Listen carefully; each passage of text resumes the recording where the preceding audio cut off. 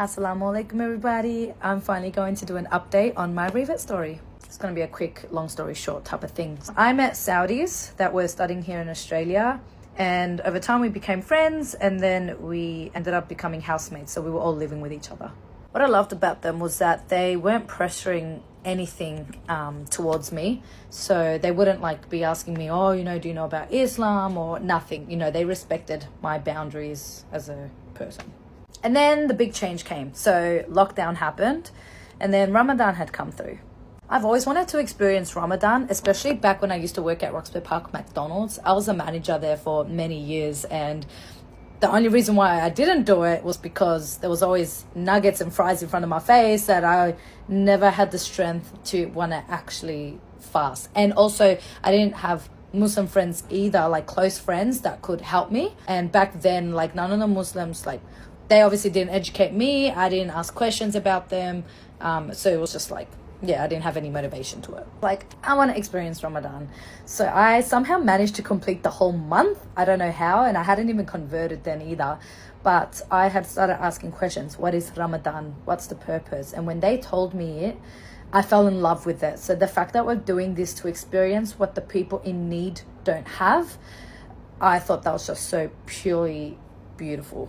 So then I started to read the Quran, and I think it was possibly over a 3-month period. That was when I managed to finish reading the Quran, but it was maybe halfway or just over halfway of reading it.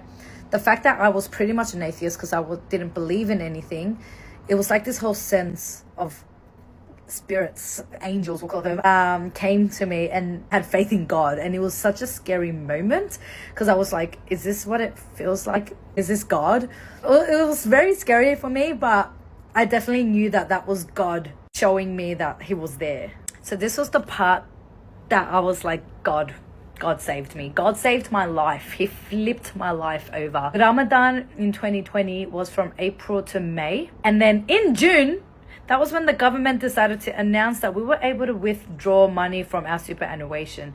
I was in such extreme high level of debt from the age of 18 because I was a stupid young teenager and I was just spending all my money like it was nothing.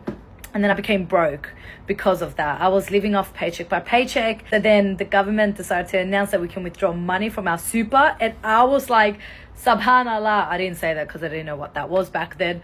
But thinking of it now, Subhanallah, that was God saying, here, I'm going to save you now. You are going to restart your life. And I paid off all my debts. I have never felt so happy in my life. 2020 to me was the worst year of my life because I was in deep depression and just spending my money on all the haram that I could.